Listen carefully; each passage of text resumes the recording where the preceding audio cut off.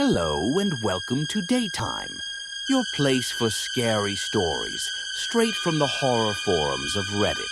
Make sure to like and subscribe for more horror tales of things that go bump in the night. On tonight's episode, a woman on a vacation with her husband finds herself kidnapped. So, what would you do if you were taken from a hotel to be eaten?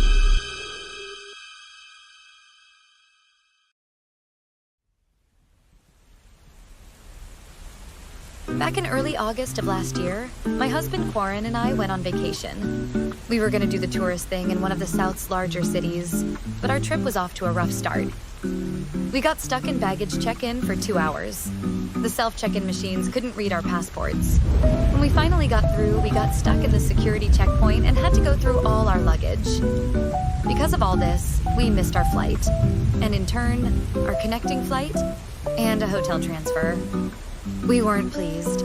After rebooking, we ended up with a total of 7 hours in delays before we got to the hotel somewhere around 11 in the evening. At that point, it turned out we'd been double booked. They were full. I was about to explode while Quarren looked ready to sink through the floor.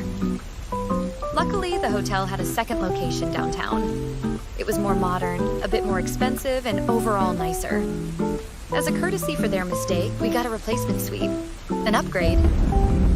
Finally, some good luck, right? Right. We took an Uber there. The place was practically brand new. They had this electronic system where you didn't get a key. You got a personalized code that worked on every door. Quarren handled the codes while I signed us in. There was a 24/7 bodega with organic snacks, wine, and drinks right by the lobby. A sushi restaurant that closed at 11. A sauna, a gym, an indoor pool, and a whole bunch of complimentary things. A couple of free robes to bring home, and a bottle of white wine with a little "for your inconvenience" note attached. While Quarren took a shower, I ordered us some food and unpacked. We'd been traveling all day, and all nearby restaurants were closed. As instructed, I included the code for the outer doors so they could drop the bag off by our door. We got our late dinner by the time I was halfway through a shower. Quarren delightedly shared how he was going to town on our order. Apparently, it was so good and barely any left. Bastard. They had included 2 extra orders of tiramisu as a little treat, but I couldn't eat it. It had coconut in it, my one allergy. All in all, that night turned out pretty good. We shared a lukewarm meal, watched The Office, and went to bed. We talked a bit about our plans for the next day, picking one thing each from our prep list. A tour of the local distillery, a museum trip, dinner at a steakhouse, the good stuff. So after a long day, we called it a night. But that's where the story starts. At 3 a.m., that same night, when someone opened our door. See, one thing I hadn't realized was that the code for the outside door was the same as for our room. It was a single personal code system. Quarren had been the one dealing with it, and I hadn't thought too much about it. But what I'd accidentally done when ordering food was to essentially hand a stranger a key to our room. And that stranger was coming through the door. I tried to shake Quarren awake, but he didn't react. He was completely out, to a point that it worried me. I could smell something sour on his breath. My mind wandered back to the order we'd gotten, and that extra portion of tiramisu. I hadn't had any, so he had chowed down on both. What if it had been laced with something? The door hinges creaked, and I didn't know what to do. I'm 5 feet 3 inches, unarmed, and in my underwear. I decided on a whim to pretend to sleep. If they were just there to steal, at least I'd be unharmed. They were expecting us to be asleep, so as long as I played along, I should be fine. I held Quarren, closed my eyes, and waited. Careful footsteps made their way across the hotel carpet. The door closed. A slow pacing back and forth next to our bed. I counted at least 2 people, maybe 3. Someone could have stayed by the door. Just the guy. A man whispered. Bag him. They were unwrapping plastic. They weren't in a rush. I could tell they'd done it before. They were quick about it. I held on to Quarren, debating in the back of my head what the hell I was supposed to do. I was leaning towards waiting for them to leave the room and then immediately run outside and get help. Something shifted. One of the intruders made a hushing noise and waved the other one over. What? One of them whispered. There. Another answered. The spoon. Since Quarren was the only one who'd had the tiramisu, one of the spoons were left unused. Only one of us had taken the bait. They knew one of us was awake. In the next breath, I was grappled. A hand covered my mouth and another my throat. I was pulled out of bed before I even realized I was struggling. I opened my eyes to 3 dark figures. They were speaking over one another in a moment of panic. One of them saying they were screwed, another saying they should just go, and a third reminding them that they had no choice but to bring me. I got a gun pressed to the back of my neck. One word, and you're done. Then we get him. Understand? I did. I stayed quiet. I couldn't bear the thought of Quarren waking up without me, but what choice did I have? Get dressed. They demanded. Now! They brought me through the staff area, past the laundry room. There was only a skeleton crew working the hotel at night, and most of them were in the reception area. These 3 could walk me out the back like it was nothing. Right outside, they had an inconspicuous sedan marked with a fast food delivery service logo. They were still talking as they put me into the back seat. They had to improvise a bit. They were supposed to take Quarren, and he was supposed to be out cold. I was wide awake, trying my best to memorize details about the intruders and their vehicle. One of them took off his belt and tied it around my head as a makeshift blindfold. They couldn't drive around with masks on. That'd get them pulled over. They tried to camouflage my blindfold a bit with a trucker hat, and at a glance, you'd be excused for missing that it was a kidnapping. Why'd you want to bring the guy? One of them asked. Less hair gets stuck in the drain. The other mumbled. More meat. Sitting in the back of that car was surreal. All the familiar sounds of a calm drive. Braking, accelerating, the clicking of turn signals. But all the while I felt the barrel of a gun poking into my side, right next to my heart. We were going pretty far out. There was at least a 40-minute ride, and we passed through a tunnel at some point. We must have used the highway. There were a lot of cars passing us. Then we went off-road. The road got rougher, and the sound of other cars faded. As we came to a stop, they all drew a collective sigh of relief. Out. Now. They put their masks back on and took off my belt blindfold. I only caught a brief glimpse of the outside area before they shoved me through the door. It was this large old industrial site, probably abandoned. There was a chain-linked fence lining the property. There were no lights on the outside, but the place had power. Stepping inside, the temperature dropped. Somewhere nearby, there were these large fans, creating a powerful draft that swept through the building. I couldn't see them, but even from the hallway, I could hear them. The place was close to freezing. I'd just thrown on my pants, a shirt, and shoes. I didn't even have socks on. One of the attackers went ahead while the other 2 stayed behind. We were in this long corridor with one door at each end, one leading outside and one leading further in. We stood there for a couple of minutes while I heard raised voices in the room up ahead. Those who stayed with me didn't say a word. They just looked straight ahead, keeping a gun aimed at me. Not a word. The door at the other end opened. The 3rd attacker returned, now in the company of what looked like a woman. She had sunglasses and a white face mask and was dressed in what can best be described as dollar store doctor's scrubs. She seemed upset and was scolding the man in a foreign language. Not sure about the origin, possibly Southeast Asian. One of the 2 men holding me seemed frustrated. He grunted. Hey, He said. what's the word? I don't know. The doctor woman groaned. We always pick the man. So, She scoffed. could affect harvest. I don't know. Hormones. She smacked something into the hands of the man next to her and turned to leave. Prep her. She called out as she hurried through the doors. We try. I was dragged into a big, open space. It looked like an old warehouse. The doctor was nowhere to be seen. She must have gone ahead. There were doors all over, and I was taken into what looked like a shower room. They proceeded to hold me down and shave my head, these long tufts of brown hair sinking into the drain. I hadn't had short hair since I was a kid. I felt naked. It just took them a couple of seconds. They were fast, practiced. They lead me to a pair of double doors. One of them checked a digital watch. Another opened and tested a padlock. There was a collection of buckets next to the door, stained by something thick and blue. Time. 410? 410 or 411? 410. Check. They made a note on a piece of paper taped to the wall. Should we tape her? Doesn't matter. The one with the padlock said matter-of-factly. Been weeks. He's hungry. And that was it. The doors swung open, and I was pushed inside. The doors slammed shut behind me, and I was on my own. The padlock clicked, and the chains tightened.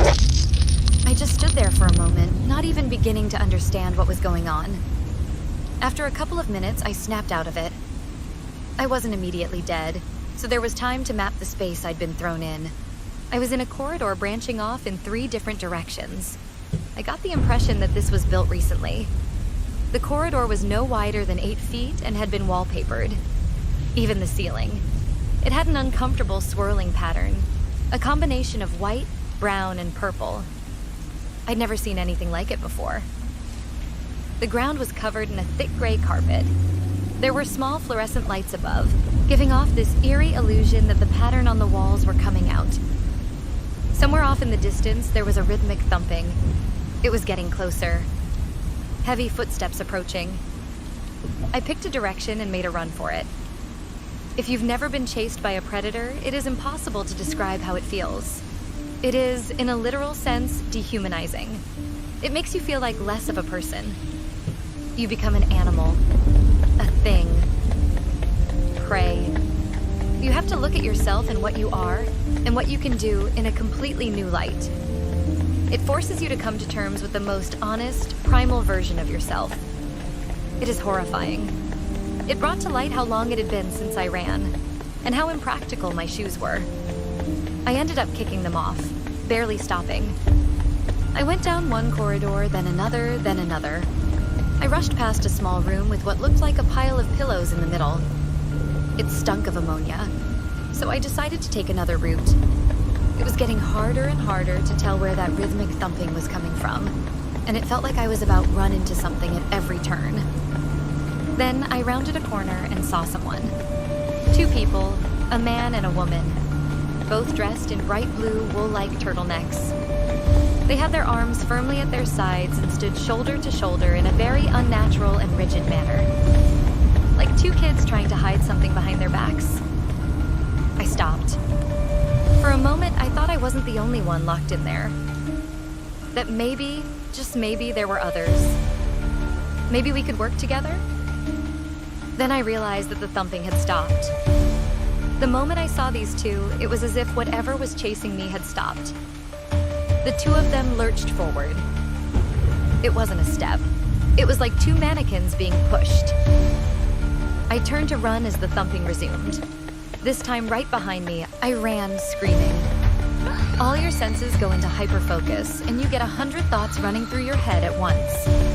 Whatever minute detail your eye accidentally latch onto is burned into your mind. To this day, I can recall the little things I noticed as I sprinted down the hall. Scratch marks breaking the pattern on the wallpaper, stains on the carpet, dark spatter on the ceiling. I ended up back at the room with the pillows. I decided to hide.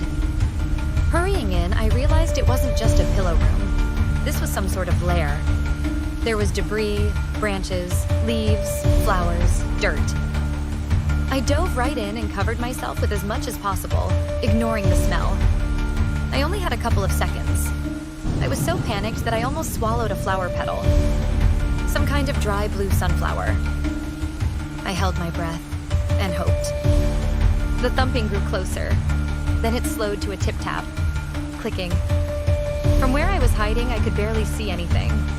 I could kind of see the edge of a turtleneck sweater. Then, something shifted.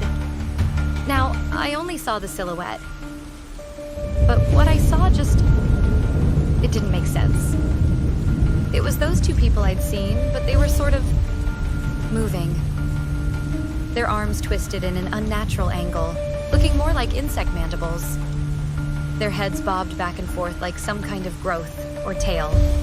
Their chests vibrated and stretched as they slowly came undone. They weren't two people. They were a single thing, pretending. Seconds later, something grabbed my leg. I was pulled out of the nest and dragged away at a violent speed. I flopped back and forth, slamming into the walls with every sharp turn. I broke 2 fingers by the second turn. I couldn't turn to see what had grabbed me, so I just tried to hold on to something. Anything. The carpet, the wallpaper, the walls, whatever I could. But the force was just too strong. There was no way. Then it stopped. I rolled over onto my back and came face to face with my attacker. And I didn't understand. To this day, I have a hard time describing it. There were so many moving parts. Segmented muscles, like living steel wires. Mandibles and a beak-like mouth. Patches of bright blue hair covering 4 extremities and part of a thorax. A pulsating abdomen. Something warm dripped onto my leg. Drool, perhaps, or a mild acid. It had the same color as the stains in the buckets I'd seen by the door leading into this place. It was a strange blue, and for some reason, that detail just sort of stuck. There were so many little movements at once, and I couldn't even get the scope of how big it really was. It seemed bigger than me, but it could just have long limbs. I couldn't make sense of it. It seemed insectoid, but its movement seemed calculated and intelligent. Then, pain. A bright, burning pain. I mentally blacked out. I flailed, spasmed, and kicked. It had me by the leg, and something sharp had pierced my thigh, picking at my flesh. I could feel my muscle pulling away from me. It was going to snap. I've never felt so vulnerable and exposed. To feel so mortal. It scars you in ways you can't understand, unless you've been there. Then it pulled back, letting me go. Mandibles moved, clicking, hissing. I'd never seen anything like this thing before, but I understood it. It was such a human motion, in a way. It didn't like me. I tasted bad. And that made it angry. It disappeared down the corridor. I just lay there, panting. I didn't even attempt to move. I knew it would hurt like nothing else had. A couple of minutes passed, I think. Maybe an hour. It was impossible to tell. In the distance, I could hear the rattle of the padlock. Perhaps my captors had heard my screams and figured that thing was done with me. Either way, they were coming in. But the moment I heard the door open, things took a sudden turn. Screams and shrieks, gunfire, thumping, popping, clicking, screeching. There was this one noise like a large rubber band snapping in 2 as a scream suddenly stopped. Panicked voices growing more distant. I sat up and used my arms and one good leg to scooch away. It took a long time, but it was the only way I could move. I didn't dare to look at my thigh, but I could tell it was bad. At least a 2-inch gash. I figured it hadn't hit an artery at least, or I would be dead already. The moment I could see the double doors, I realized something had gone very wrong. The door was covered in a massive splotch of blood, still dripping. Scooching my way out the door, I saw the aftermath of something. The floor was covered in blood and viscera, some which was still moving. I couldn't tell where one person began and the other ended. My hands got slippery as I scooched down the hall, inch by inch. There was still the occasional scream. Someone was being chased. Making my way through that room was a living nightmare. Every now and then I'd recognize something human, like a hand or piece of a leg. I just pushed through. I was doing the movement out of habit at that point. I couldn't have stopped even if I wanted to. A final scream came to a stop. All that was left was the sound of dripping, and me dragging my wounded leg across the floor. In the long corridor leading outside, I found a pile of torn fabric. I didn't want to look at it, but I could see a bit of denim in there. I recalled one of my attackers wearing jeans and decided to take a gamble. I had to feel my way through something I'm not even going to attempt to describe, but I found car keys. As I made my way outside, I managed to prop myself up against the door and limp. Something must have hit a nerve. I had trouble moving my foot. It didn't even hurt. It just didn't work properly. I made it all the way to their car. My hands were pale white from blood loss, and I couldn't stop shaking. Looking back, there was no trace of the thing they'd kept in there. I got in, locked the doors, and took a deep breath. Looking back, I noticed something by the entrance. The doctor. She was coming out of the building dripping with unspeakables. She seemed unharmed, but must have been in the thick of it. She could barely stand and seemed just haunted. An empty gun dropped from her hand. She looked my way, briefly, and then just wandered off. The word that comes to mind was defeated. Blank. I looked down for a second as I put the car in reverse. Looking back up, I saw that thing. It was standing by the entrance, again looking like two people in blue turtlenecks, stained with red. It looked my way, as if considering whether or not to allow me to leave. For a brief moment, it was quiet. We just looked at one another. Then it just closed the doors and retreated back inside. I managed to make it to a gas station. The owner called the police, and the rest is history. I don't think a lot of people read the articles about this. It was deemed as a drug-related gang thing, as the people involved were producing illicit substances. While I agree with this description to a point, I find it wildly misleading. Yes, that thing produced something. But what it was and what it was used for? God knows. I've talked to Quarren about this 1,000 times, but it's impossible to make others see and understand what happened that night. It was just a couple of hours, all in all, but it completely turned my life around for the worse. To this day, my one foot is a lot duller than the other, and I always double and triple check my locks. I made a lot of mistakes that night. I didn't know how the hotel codes worked. Maybe I didn't fight enough when they brought me outside. Maybe it was stupid trying to hide. Maybe this whole thing boils down to me having the worst luck in the world to encounter this, and the greatest luck in the world to survive it. Quarren claims I have some kind of PTSD.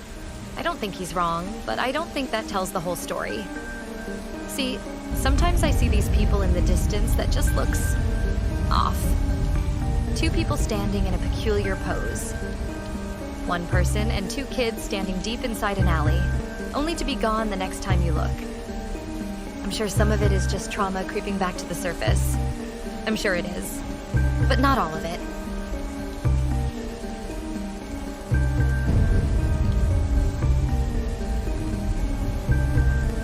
Hello and welcome to Daytime, your place for scary stories straight from the horror forums of Reddit.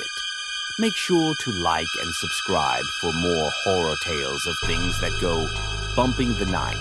On tonight's episode, a man with a love for outer space sees something strange through a telescope that changes his life. So, what did you see the first time you looked through a telescope? Because I've seen the red eyes on Jupiter.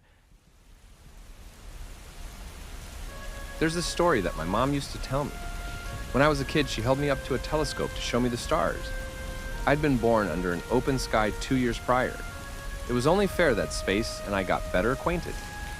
She showed me constellations like Ursa Major, Auriga, and Orion, and the moon, of course. Finally, she set the telescope to one specific point, Jupiter. Then I started screaming. I went from warm and cuddly to panicked, hell-screaming mini-beast at the drop of a hat. Mom never figured out why for many years. Neither did I. It's like he saw a boogeyman. She says whenever she tells the story. Or maybe he just didn't understand what he was looking at. All that mystery can be scary. My dad jokingly says that this telescope was the cause for my interest in geology. Better to look down than up, he figured. I never thought of it that way. But he had a point. Personally, I think I've always liked to understand the fundamental puzzle pieces that makes this world live and breathe. That's what geology is to me. An understanding of our home. Like knowing the foundations of your house. So yeah, I'm a geologist. I got my degree at MSU, got a master's degree in Norway, and got an entry-level job at a government agency up in Reston, Virginia. By 2013, I was well on my way to earthquake-proofing my life and personal economy. Things were pretty sweet, but there were a few caveats. First, I was desperately lonely. And second, I hadn't used a telescope since that fateful day when I was 2 years old. But that changed in March 2013. I just turned 24. I'd kind of started dating this girl, Lynn. We'd only been out twice, but I had a good feeling about the third date. She was an intensely outdoorsy kind of person. She had all kinds of breathing fabric clothes, super hydro, whatever water flasks. And she tracked everything about her life on her ergonomic hyper-digital buzzword watch, with the accompanying monthly subscription app. It was all a bit much, and I couldn't keep up with her in any sense of the word. But she somehow tolerated me, and that was all that mattered. We'd been hiking all day. Lynn had been hinting at a surprise at the end of the road. It was already getting too dark to turn around, so I figured we might be sharing a tent. She hadn't told me to bring my own. As we got to the top of a hill, I realized I'd been an idiot. There was a camp of 6 other people. Men and women, all variations of Lynn. Eager, sporty people with a violently upbeat vibe. Lynn turned to me with the biggest smile. Surprise. She laughed. We got a stargazing party. Yeah, I'd misread the entire date thing. I was supposed to bring my own tent, but Lynn figured that was implied. Apparently, you should always bring a tent when hiking. I hate unwritten rules. In that moment, I was just a bitter man coming to the realization that we had vastly different ideas of what that date was going to look like. Still, I had a good time.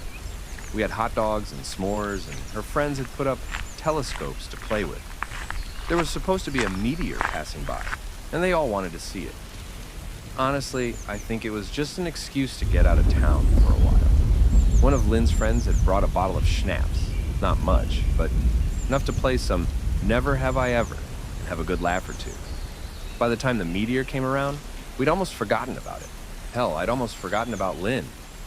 We all got up and took turns with the telescopes. It was sort of magical in a way. All of us standing on that hill, looking up at the clear sky. No light pollution, no passing cars, just a bunch of people and the stars. Then it was my turn. Looking at it through a telescope makes it seem more real in a way. You can see details that you otherwise can't. It reminds you that the stars aren't just a pretty picture.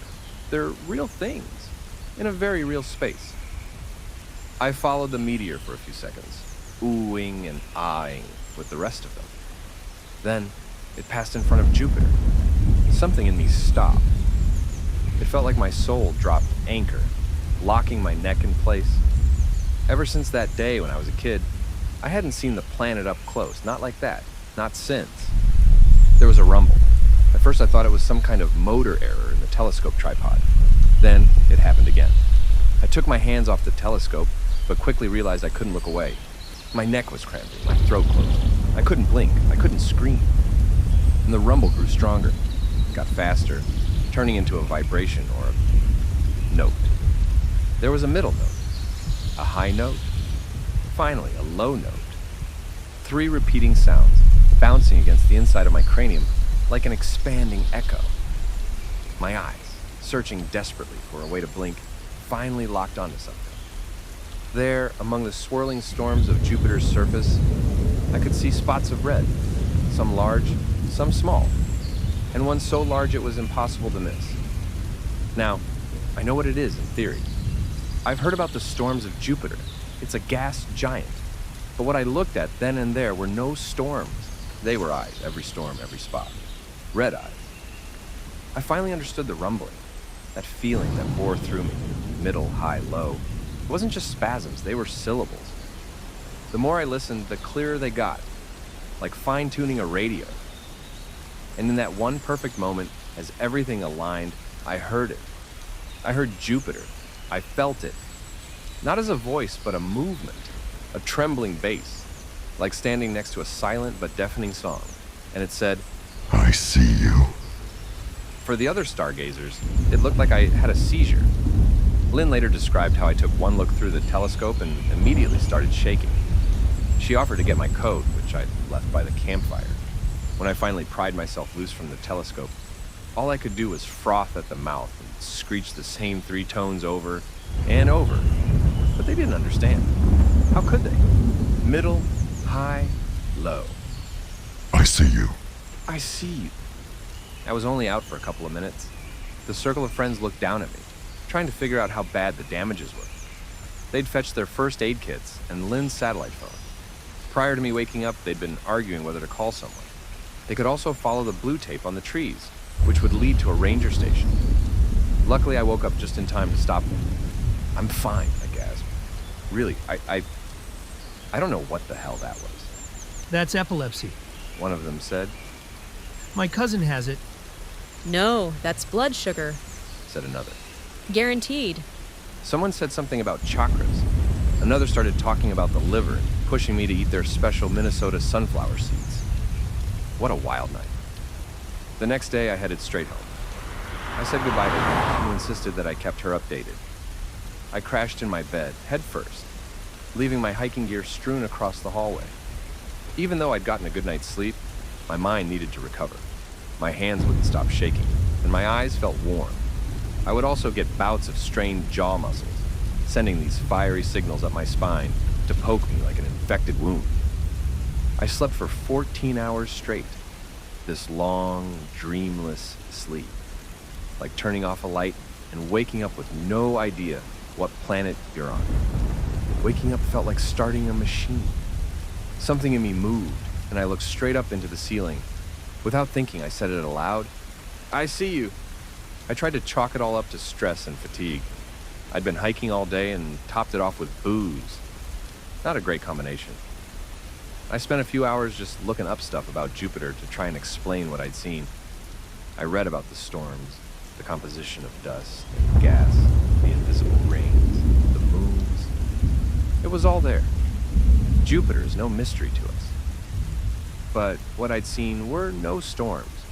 It felt like I'd seen through them, spotting something beneath. Something deep and profound, like breaking through the ice of a dark lake, only to see something shimmering at the bottom. I was at a crossroads. Try and ignore it or confront it. What else could I do? I decided to ignore it. For a few days, it worked. There was the occasional shiver when I heard an uncomfortable tune or the frequency of a machine or motor. There was this one noise that I kept hearing from my fridge that gave me pause.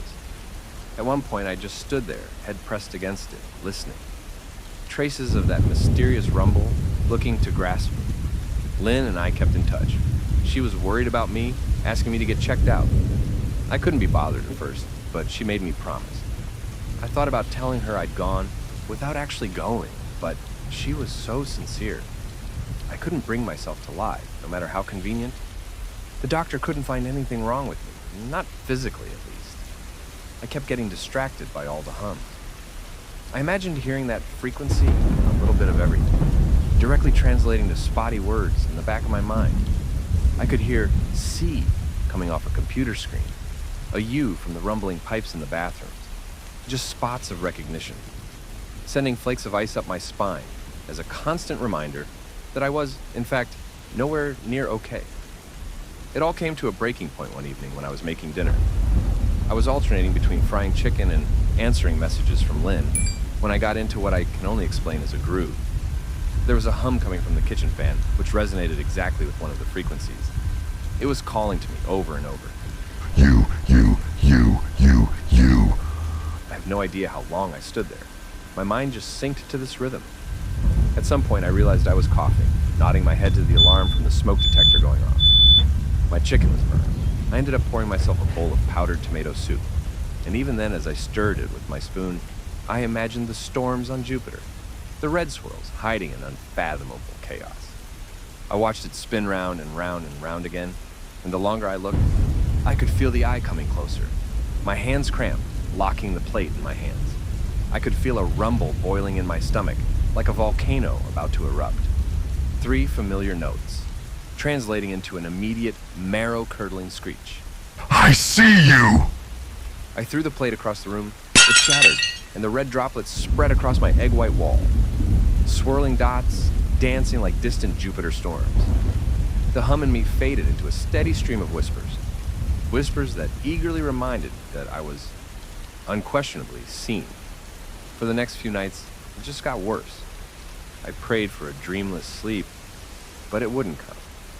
Instead, I kept finding myself carried off into the void, coming face to face with an eye the size of continents, chemical storms that could strip the skin from my bones, leaving only thoughts and screams behind, knife-edged ruby mountain ranges circling an endless black iris.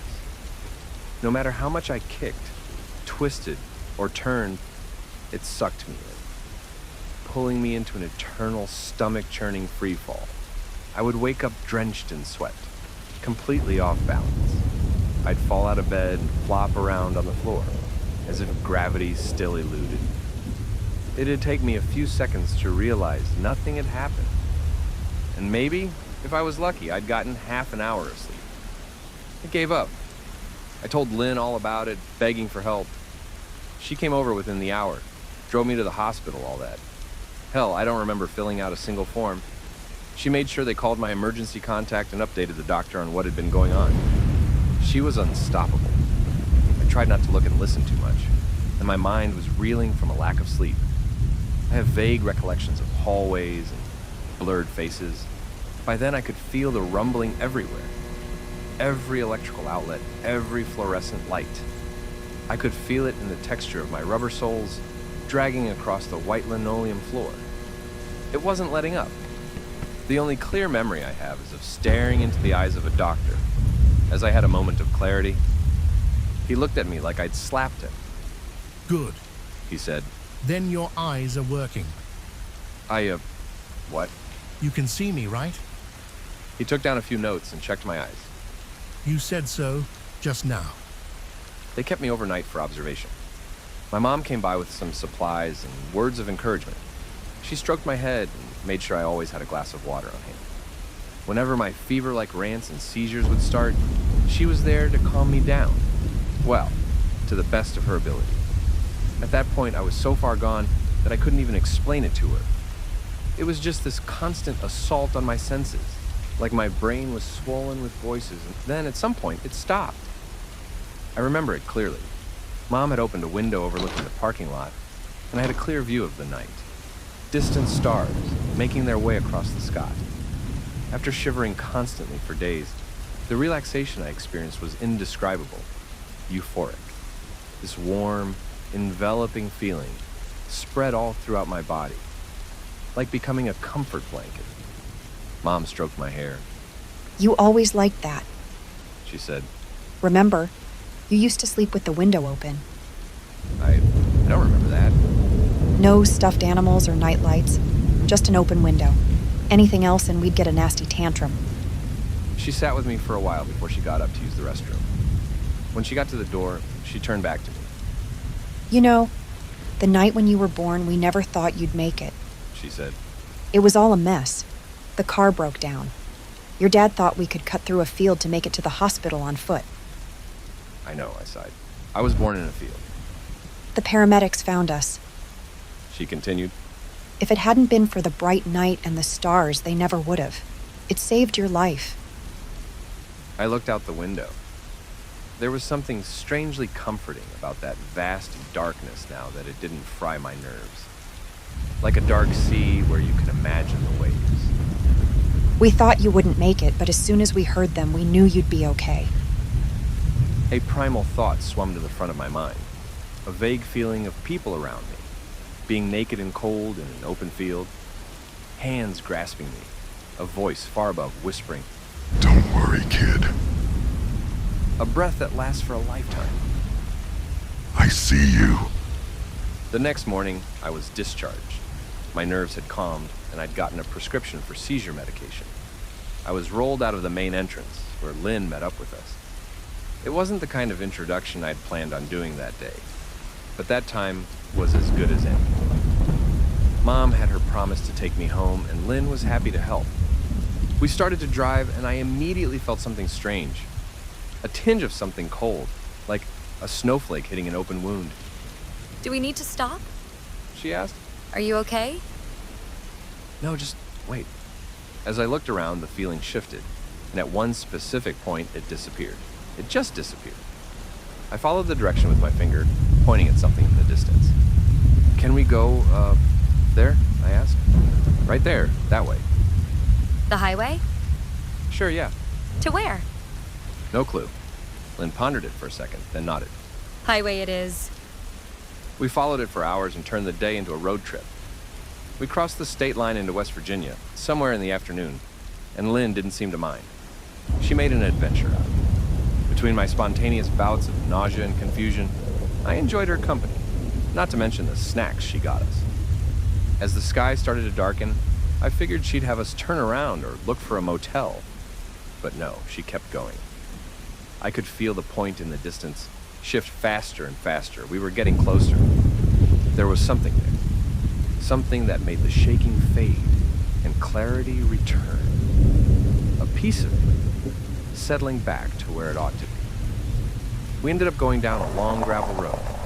Every twist and turn came suddenly, forcing us to crawl at a snail's pace. Lynn didn't seem to mind though. She'd put on some John Denver and had her own little single. You don't have to do this, I said. We could be here all night. That's okay. She smiled. You sure? A fourth date is a fourth date. I'm sure you've had better. I've had worse. As the gravel road turned to dirt and came to a stop, I could feel we were getting close. I tried to explain it, but I couldn't find the words. It was like a spot of nothing, growing bigger. If I could just get there, I had this aching feeling that everything would, one way or another, turn out okay. Lynn stopped to get her hiking pack, and that was that. Off we went. We wandered through the wild forest. There were no trails, no leads. It was just us, and a vague sense of direction. Lynn didn't seem to mind. She had both a compass, satellite phone, and all kinds of tools. 2 hours of dark nothing, and suddenly, light. It was almost midnight by then. A starlit sky opened as we stepped onto the top of a short ridge overlooking a lake. I could see almost all the way around it from there. In the distance, I spotted a few boats, fishermen. It was all quiet.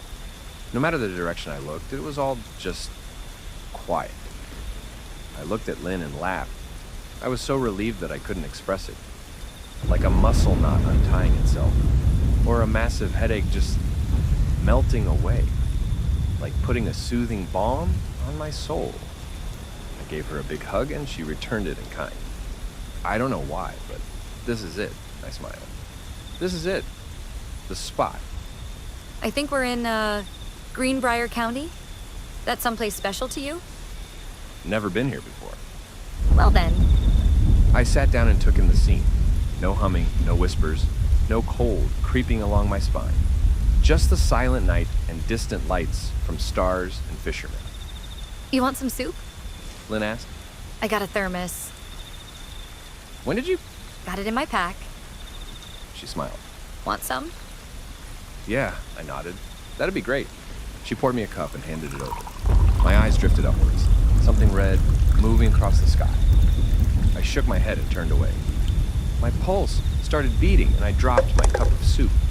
I tapped the side of my head as if trying to realign an antenna. Lynn put a hand on my shoulder. You okay? The red in the sky. The red eye. I could feel it. I scrunched my face as hard as I could, telling myself it was all gonna pass. Telling myself it was over. I'd won, and this was just an aftershock. Then Lynn spoke up. Is that a plane? She saw it too. I looked back at Lynn, seeing a red gleam in her eyes, a reflection of what loomed overhead. The joy faded from her. She could feel it too. Something was wrong. A reflex in me made me look up. A stupid, inane little reflex. A red swirl in the distant sky. A sailing star. Long out of reach. My breath grew shallow as I realized I couldn't look away. Everything else faded as my sight was slowly swallowed by that distant vision. Lynn! Lynn! I called out, waving my hands behind me. Don't let it take... I felt her fingers brush against mine. as the rumbling began. But this time, it was different. It was a pulse so powerful that my left eardrum immediately burst, leaving me screaming like a child on the ground. It burned me to my core, wrapping itself around my spine and squeezing, forcing these guttural sounds up through my esophagus. Somewhere far away, I could feel Lynn shaking me, but all I could focus on was that red dot in the sky. It resonated with me. With my every pulse, it pulsed back. Our duet, our signal. I choked on my lungs, spitting up single syllables like a hiccup. First, C, U. It grew faster and faster, turning from 3 syllables to 2, and gradually, just a sound. First C, U, by C, U, E-O, until finally, all that remained was a single word. The name, the signal, the thing. Oh. And with every beat of my heart, the thing in the sky started to turn. I could hear Lynn in the distance, as through a pane of thick glass. I heard her worried, screaming, fumbling to connect her satellite phone, only to be met with a pulsing static. She tried dragging me away, but was shocked with a burst of static electricity. Every hair in my body stood at attention, reaching for the stars, letting every little breeze cut right through me. The red thing grew bigger. That something. A dust particle of the infinite, heading our way. It was a matter of minutes. Using a rope from her pack, Lynn managed to get a lasso hold of my legs. She dragged me away, but it was too late. It was like my nightmares. Something distant and red growing bigger, swallowing everything. Yo. In the moment of impact, something burst inside me. I coughed up something black and viscous. Perhaps it was the connection that tied me to this thing to begin with. Maybe it marked me at birth to demand a favor somewhere down the line. Maybe this was all something cashing in on my life. The sky burned my retinas, but only for a heartbeat. In nothing but a moment, the sky went from burning red to nothing. The ground shook. There was steam, and so much cold air was pushed out that Lynn was knocked off her feet. The red thing was shaped like a wedge. It came down at an angle, roughly the size of a school bus. It tore into the lake, cutting up a wound in the earth itself, effectively cracking a hole in the ground, revealing some sort of cave system under. In a matter of minutes, the entire lake was laid bare. All water drained into the caves beneath. What little remained of the red thing turned to ash, red swirling ash. Lynn propped me up against a tree. My head was ringing like a bell. My vision slowly returned as the pulse subsided. The black viscous blob I coughed up quickly dried up into a powder, turning into flakes of metal. I tried to talk, but couldn't form the words. I couldn't hear myself. I was so disoriented that my body couldn't understand whether I was breathing or not, making me lightheaded. Leaning against the tree, I forced myself up. I had to see the aftermath. An entire lake, drained in seconds. I could only see little parts of the fishermen's boats, some of which had been blown into the surrounding trees. There was no way they would have survived, much like the remaining fish, flopping about in the mud. I turned to Lynn, trying my best to speak. My body recognized all the physical sensations of speech, but couldn't form the words. Using my fingers, I gave her numbers. I pointed to her satellite phone. We had to call goddamn everyone. The Army Corps, NO, AA, the EPA, the Division of Natural Resources. Hell, I had to call my boss at the USGS. Everyone. We needed everyone. So we called them one by one, and that was that. For me, at least, things were finally at peace. I couldn't feel it anymore. Maybe I'd served my purpose and paid my debt in a way. Over time, my eardrums would heal. Turns out I also had a fractured rib and 2 throat ulcers. Still, I could overcome it. The whole situation was just absurd. There were reports of a small geological event without anyone mentioning the goddamn meteor that changed course to hit us. Coincidentally, there were also reports of escaped convicts. Residents were asked to stay inside. Despite having called literally everyone I could think of, I wasn't allowed anywhere near the site. I got no updates, no debriefing, nothing. The only thing I got was one of the corporate landowners telling me I'd been trouble enough. That line alone tells me they know something I don't, and it bothers me still. But there are only so many brick walls you can beat your head against. At some point, you get too dumb to care. That's where I'm at now.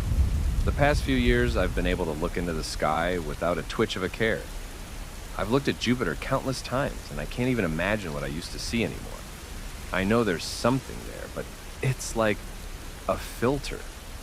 Something in my mind can't look past it anymore. And Lynn, well, it was her idea to write this down.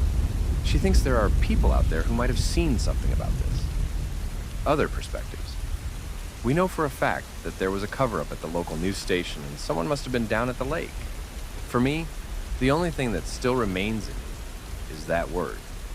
That strange sound, meaning nothing and everything. Like something out of a dead language, begging to return. I can say it 100 times, but there's no point anymore. It feels like it is burned out of me. There's nothing left to make it sound true. EO, just a noise.